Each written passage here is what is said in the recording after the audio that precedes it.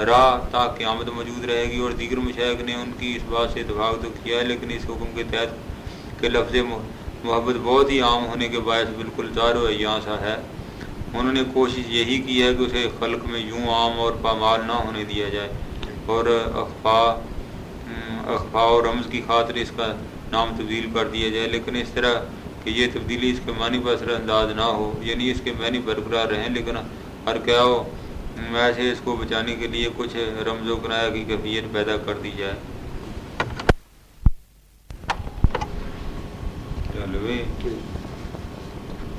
چنانچہ صفائے محبت کو انہوں نے سفود کے نام سے مسموم کر دیا اور محبت کرنے والے کو محب کے بجائے صوفی کہنے لگے, اور ایک گروہ نے سفود اور صوفی کی جگہ محبوب کے اختیار کو ثابت کرنے اور محب کے ترک اختیار کو فقر کا نام دیا ہے, اور محب یعنی صاحب فقر کو فقیر کہا ہے. اس لیے محبت میں موافقت نہ صرف لازمی ہے بلکہ اس راہ میں ادنا ترین درجہ ہی اسے موافقت کو حاصل ہے, یعنی موافقت کرنا تو محب کے ادنا ترین مقامات میں سے ہے. اور یہ ایک بدیہی سی بات ہے کہ موافقت محبوب مخالفت محبوب کا غیر کہلاتی, اور میں اس کتاب کی ابتدائی سے میں فقر اور ثبوت پر تفصیلی بحث کر چکا ہوں جس میں اس کی پوری وضاحت کی جا چکی ہے. اور اسی معنی میں اس پیر بزرگوار نے فرمایا کہ ذاتوں کے نزدیک امر معروف کے لیے اجتہاد کرنے کی نسبت محبت کا مقام مشہور تھا رہا, اور اہل توبہ کے نزدیک محبت نعرہ افغاں کی نسبت زیادہ آسانی سے میسر آنے والی چیز ہے, اور ترکوں کی اصطلاح میں یہ شکار بان سے زیادہ مشہور ہے. اور ہندوؤں کے نزدیک محبت کا زخم اس زخم سے بہتر ہے جو محمود غزنوی نے ہندوستان کو عطا کیا ہے, اور رومیوں کے ہاں محبت اور محبوب کا قصہ فلیب سے بھی زیادہ مشہور ہے. اور عربوں میں محبت وہ چیز ہے جو کسی قبیلہ کے لیے باعث مسرت ہے اور کسی کے لیے باعث حزن و ملال, کسی کے لیے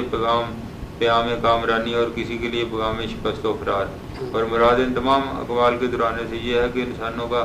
کوئی گروہ ایسا نہیں ہے کہ جس کے ہر فرد کے دل میں کوئی ایسی غیبی افتاد نہ اپنی ہو جس کی محبت اس کے دل کے لیے موجب فرد نہ بن چکی ہو, یا جس نے اس کے دل کو شراب مسرت سے مستنا بنا رکھا ہو, یا اسے اپنے غلبہ شوق سے مغرور نہ کر رکھا ہو, اس لیے کہ دل کی ترکیب ہی اضطراب و بے قراری سے عمل میں لائی گئی ہے. اور عقد محبت کے لیے محبتی غذار اور محبتی مشروب ہے, اور جس دل میں محبت نہیں وہ ایک ویرانہ اور اسے توبہ تکلف پیچھا چھڑانا یا اپنی طرف رغبت لانے کی کوشش کرنا بھی محال ہے. اور جس شخص کے سینے میں ایسا دل ہو جو محبت سے خالی, اس کا تو نفس بھی ان لذتوں سے ناآشنا رہتا ہے اور ان رمود لطیف سے آگاہ نہیں جو محبت بھرے دلوں پر گزرتی ہیں. اور عمر بن عثمان مکی نے کتاب محبت میں لکھا کہ اللہ تعالیٰ نے دلوں کو جسام سے 7000 سال قبل پیدا کیا اور مقام قرب میں رکھا, اور روحوں کو دلوں سے بھی 7000 سال پہلے پیدا کیا اور مقام انس میں رکھا, اور باطنوں کو ارواح سے بھی 7000 سال قبل پیدا کیا اور درجہ وصل میں رکھا, اور ہر روز 360 مرتبہ اپنی نظر عنایت سے انہیں نوازا, اور روحوں کو محبت کا لفظ جہاں فضاں سنوایا, اور انس کی 360 رموز لطیف دلوں پر اظہار کی, یہاں تک کہ ان سب نے جو ساری کائنات پر نگاہ ڈالی تو اپنے آپ سے گرامی طور باوقار کسی اور کو نہ پایا, اور اس بات نے ان کے اندر فخر و غرور پیدا کر دیا. چنانچہ اللہ تعالیٰ نے ان میں سے ہر ایک کو آزمائش میں ڈال دیا, اور وہ یوں کے باطن کو روح میں مقید کر دیا, اور روح کو دل کی قید میں ڈال دیا, اور دل کو جسم کے قبض میں ڈال دیا, پھر عقل سے ان کو مرکب کر دیا, اور نبیوں اور پیغمبروں کو دنیا میں اپنے احکام دے کر روانہ کیا. تب ان میں سے ہر کسی کو اپنے مقام کی جستجو کا دھیان آیا, اور وہ ہر حکم میں اپنے فرض خاص کو تلاش کرنے لگے. مثلا خدا نے نماز کو حکم دیا تو جسم نماز میں لگ گیا, دل محبت سے پیوست ہو گیا, جان مقام قرب تک جا پہنچی, اور باطن وصل خالق سے آسودگی پائی. غرض یہ کہ لفظ محبت زبان سے کہہ دینے سے محبت کا مفہوم واضح نہیں ہو جاتا, کیونکہ حال ہے, اور حال کو قال کا درجہ تو حاصل ہونے سے رہا. اگر ساری دنیا مل کر یہ کوشش کر کے محبت کو زبردستی حاصل کر لیا جائے, یعنی اسے اپنے اندر اپنے کسی کسب و تدبیر سے پیدا کر لیا جائے, تو اسے کامیابی نہیں ہو سکتی. اس طرح اگر محبت پیدا ہو جائے اور وہ سب مل کر اسے دور کرنے کی کوشش کریں تو ایسا بھی نہیں کر سکتے. مطلب یہ ہے کہ محبت کسی کے بس کی بات نہیں کہ جب چاہا پیدا کر لیا, جب چاہے اسے پیچھے چھڑا لیا,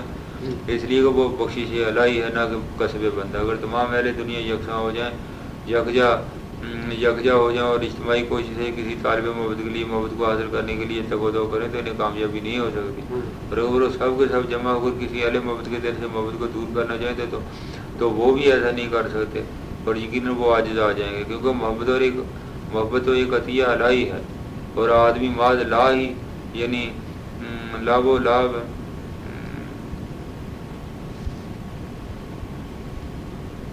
کرنے والا ہے اور لاہی کو پا لینا محال ہے. مشائخ اور صبر عشق, عشق کے بارے میں مشائخ نے بہت کچھ کہا ہے. ایک گروہ کے نزدیک حق تعالیٰ کے ساتھ بندہ کا عشق جائز ہے, لیکن حق تعالیٰ کی طرف سے بندہ کے ساتھ عشق روا نہیں. ان کا کہنا ہے کہ عشق ایک صفت ہے جس کی روح سے عاشق و محبوب سے منع کیا جاتا ہے, یعنی روکا جاتا ہے. لیکن اللہ تعالیٰ پر تو کسی قسم کی کوئی بھی ممانعت نہیں ہے. وہ جس بندے کو چاہے مل سکتا ہے. لہٰذا اس کا بندے سے عشق کیوں کر ہو سکتا ہے؟ بس بندے کا حق تعالیٰ سے عشق تو جائز ہے, لیکن اللہ تعالیٰ کا بندے سے عشق روا نہیں, کیونکہ اس کا حد سے تجاوز کر جانے کی کیفیت ہے, جبکہ ذات الہی محدود نہیں ہے. اور پھر متاخرین مشائخ نے کہا کہ دونوں جہاں میں عشق سوائے ذات الہی کے ادراک کی طلب کے لیے اور کسی چیز کے ساتھ درست نہیں ہوتا, اور ذات الہی کا ادراک ممکن نہیں کیونکہ وہ حد ادراک سے بالاتر ہے. البتہ محبت و سفود تو اس کے ساتھ درست ہو سکتی ہے, لیکن لفظ عشق کا استعمال ذات الہی کے لیے درست نہیں. اور پھر یہ بھی تو ہے کہ عشق اس وقت تک صورت پذیر نہیں ہوتا جب تک کہ محبوب کو آنکھ سے نہ دیکھا جائے, جبکہ محبت سننے سے بھی روا ہو سکتی ہے. یعنی عشق کے لیے دیدار لازم, لیکن محبت کے لیے گفتار بھی کافی ہے. اب عشق چونکہ نظر سے ہوتا ہے لہذا حق پر روا نہیں ہو سکتا, کیونکہ دنیا میں کوئی شخص اسے دیکھ نہیں سکتا. اور یہ محبت چونکہ خبر و گفتار سے متعلق ہے اس لیے اس کا دعویٰ ہر کوئی کرنے لگا, کیونکہ خطاب و کلام میں سبھی برابر ہیں. بس ذات الہی مدرک نہیں کہ اسے سمجھ سکیں اور نہ ہی محسوس ہے کہ اسے چھو سکیں. لہٰذا خلق کے لیے درست نہیں کہ اسے عشق کا دعویٰ کیا کرے. ہاں چونکہ وہ اپنی صفات اور اپنے افعال سے اپنے دوست پر احسان و کرم کرتا رہتا ہے, لہٰذا اسے محبت بے شک درست ہے. کیا تجھے معلوم نہیں کہ جب حضرت یعقوب علیہ السلام کو حضرت یوسف علیہ السلام کی محبت نے اپنے اندر غرق کر ڈالا تو حال فراق میں جب بران یوسف کی بو ان کے دماغ تک پہنچی تو نبینا آنکھیں پھر سے بینا ہو گئیں. اور اس کے برعکس زلیخا کو محبت نے نہیں بلکہ جب عشق نے ہلاکت میں ڈالا تو آنکھوں کی بنائی سے وقت واپس نہ آئی جب تک کہ وصل یوسف حاصل ہوا. بس یہ طریقے محبت و عشق کا بھی عجیب و غریب ہی ہے کہ ایک تو ہوائے نفس کی پرورش کرتا اور حاصل کچھ نہیں ہوتا, اور دوسرا نفس کو ترک کر دیتا اور حصول مقصود پھر بھی اس کے پاؤں کو چومتا ہے. اور یہ بھی کہا گیا کہ عشق کی زید نہیں ہوتی اور حق تعالیٰ کی بھی زید نہیں, لہٰذا اس روح سے بھی اسے اللہ تعالیٰ پر روا نہیں کہا جاتا. اور اس ضمن میں بے شمار رموز لطیف موجود ہیں, لیکن خوف تبارک کے پیش نظر اسی قدر پیار کرنا ہی کافی سمجھتا ہوں, اور اصل حال تو اللہ تعالیٰ ہی جانتا ہے. مشائخ اور رموز محبت کی تحقیق کے سلسلے میں طریقت کے بیان کردہ رموز اس قدر زیادہ ہیں کہ ان کا احاطہ کرنا آسان نہیں. لہٰذا میں ان میں سے چند ایک کا ذکر یہاں کیے دیتا ہوں تاکہ زیادہ نہیں تو بطور تبرک ہی ان کا کچھ ذکر تو ہو جائے. استاد ابو القاسم کشیری کہتے ہیں,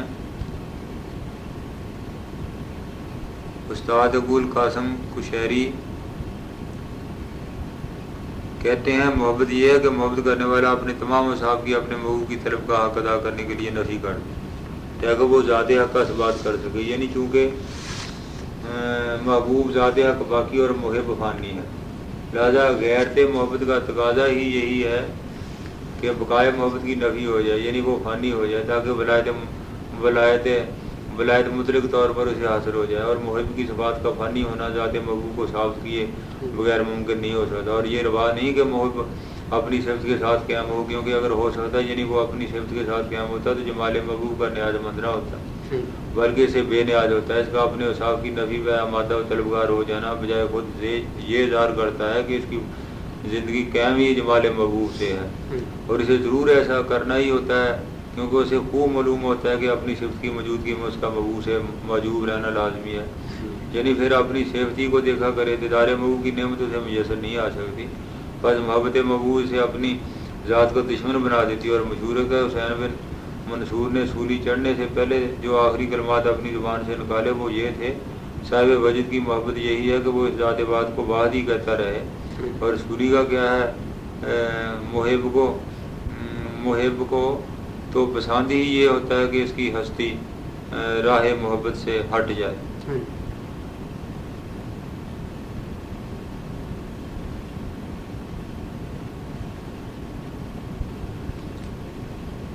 اس میں رکاوٹ نہ بنے. اور سلطانی نفس اس کے وجد و حال میں یوں فنا ہو جائے کہ نام و نشان تک باقی نہ رہے. ابو جزید کہتے ہیں کہ محبت کا حق تو جب ادا ہوتا ہے کہ اپنا بہت کچھ بھی تجھے بالکل حقیر دکھائی دے اور محبوب کی معمولی بات بھی تجھے عظیم و شان معلوم ہو جائے. اور یہی معاملہ اللہ تعالیٰ کا بندہ کے ساتھ ہے کہ دنیا اور دنیا کی تمام نعمتیں اور جو کچھ بھی بندہ کو عطا فرمایا ہے اسے تھوڑا کہا ہے. چنانچہ فرمایا گیا محمد کہہ دیجیے کہ متاع دنیا تھوڑی سی ہے جو تمہیں دی گئی ہے، اور پھر اس تھوڑی سی عمر، تھوڑی سی متاع دنیا اور تھوڑی سی جگہ کے باوجود ان کے تھوڑے سے ذکر کو بہت کہا. اور فرمایا اللہ تعالیٰ کو بہت یاد کرنے والے مرد اور عورتیں، تاکہ مخلوقات عام کو معلوم ہو جائے کہ یہی بہت یاد کرنے والے لوگ اور حقیقت اللہ تعالیٰ کے دوست ہیں.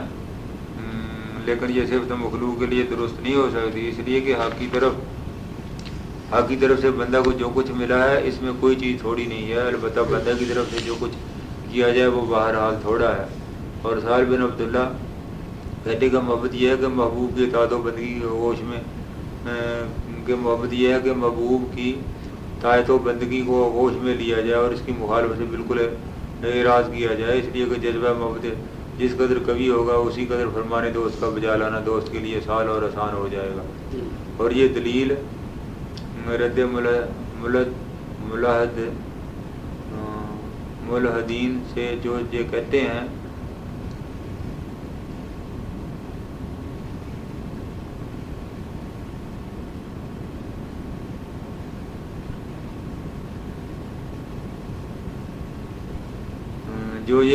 کہ محبت میں بندہ اس درجے پر بھی پہنچ جاتا ہے کہ اطاعت و بندگی کی ضرورت ہی باقی نہیں رہتی، یعنی اس فرض کی ادائیگی کا حکم ہی اس پر سے اٹھ جاتا ہے. حالانکہ یہ قطعی طور پر مال ہے کہ بندے کی عقل و صحت بھی قائم ہو اور حکم تکلیف اطاعت و عبادت کا فرض اس کے لیے ساقط ہو جائے. کیونکہ پوری امت اس بات پر متفق ہے شریعت محمدی ہرگز منسوخ نہیں ہو سکتی، کیونکہ اگر حالت صحت و تندرستی میں کسی ایک شخص کے لیے اس حکم کا ساقط ہو جانا ہونا جائز تسلیم کر لیا جائے تو پھر اسے کسی کے لیے جائز ہی قرار دینا پڑے گا. تو پھر اسے ہر کسی کے لیے جائز ہی قرار دینا پڑے گا. یہ بات بے دینی اور کفر ہے. البتہ مغلوب العقل یعنی پاگل اور بیہوش ہو بے خرد انسان کی بات دوسری ہے، اور اس کے لیے حکم بھی علیحدہ ہی ہے اور درجہ اور وجہ عذر بھی الگ ہی ہے. ہاں یہ رواج ہے کہ اللہ تعالیٰ دوستی میں اپنے بندہ کو اس درجے پر پہنچا دے کہ طاعت میں جو تکلیف اسے برداشت کرنا پڑتی ہے اسے بچا لے، یعنی اسے بات کرنے میں کسی جسمانی تکلیف یا مشقت کا احساس ہی نہ ہونے پر. کیونکہ امر کی بجاوری کے لیے تکلیف یا رنج محبت کی اس مقدار کے برابر ہوتا ہے جو امر کے بجا لانے والے کو امر سے ہوتی ہے. یعنی محب کو محبوب سے جتنی محبت ہوگی اتنا ہی اس کے لیے امر محبوب کو بجا لانا آسان ہوگا اور اتنی کم تکلیف محسوس ہوگی. چنانچہ محبت جس قدر مضبوط ہوگی اتنا ہی رنج شاید بھی کم تر محسوس ہوگا اور اس کا برداشت کرنا اس کے لیے بالکل آسان ہوگا. اور اس کی ایک پقیدہ مثال خود نبی کریم کے حال سے دی جا سکتی ہے کہ جب حق تعالیٰ نے اپنی جان کی قسم کھائی، آپ کی جان کی قسم کھائی، یہ اشارہ سایت کریمہ کی طرف ہے، یعنی آپ کی جان کی قسم کفار اپنی مدوشی میں سرگرداں ہیں. تو آپ نے دن رات مسلسل اس قدر عبادت کی باقی ہر کام کو چھوڑ دیا اور پائے مبارک سوج گئے تھے. حتیٰ کہ اللہ تعالیٰ نے فرمایا محمد ہم نے آپ پر قرآن اس لیے نازل نہیں کیا کہ آپ اس قدر مشقت و تکلیف میں پڑ جائیں. اور یہ بھی رواج ہے حکم کو ادا کرنے کی حالت میں مشاہدہ اعداد کا خیال بندہ چھوڑ جائے، جیسا کہ نبی کریم صلی اللہ علیہ وسلم نے فرمایا بے شک میرے دل پر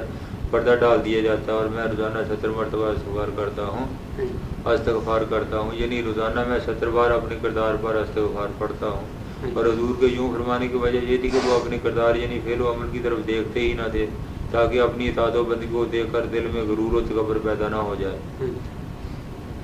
غرور و تکبر پیدا نہ ہونے پائے. آپ کی نگاہ اپنے فعل کے بجائے حکم الہی پر لگی رہتی رہے. فرمایا کرتے تھے کہ میرا یہ کام اس ذات باری تعالیٰ کے لائق کہاں ہے. سمنون محب کہتے ہیں کہ